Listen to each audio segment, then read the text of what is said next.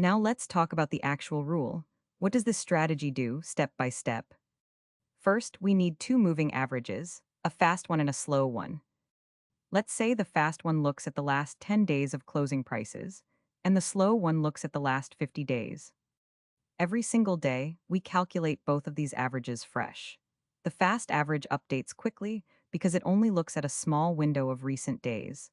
The slow average updates more gradually because it's smoothing over a much bigger stretch of time. Here's the rule, plain and simple. If the fast average is below the slow average, and then it crosses up above it, we buy. That crossing moment is everything.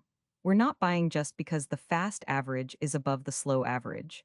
We're buying at the exact moment it crosses, the moment the relationship between the two flips.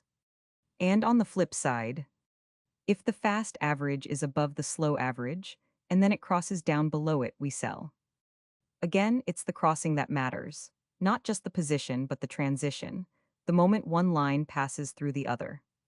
So, unlike buy and hold, where we buy once and then go silent, this strategy can buy again, sell again, however many times the averages cross over the life of the backtest. There's no opinion involved, no guessing, no emotion, just two numbers recalculated daily and a simple comparison. Is the fast one above the slow one, or below it? And did that relationship just change?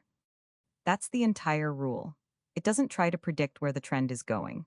It simply reacts immediately the moment the short-term momentum shifts relative to the long-term trend.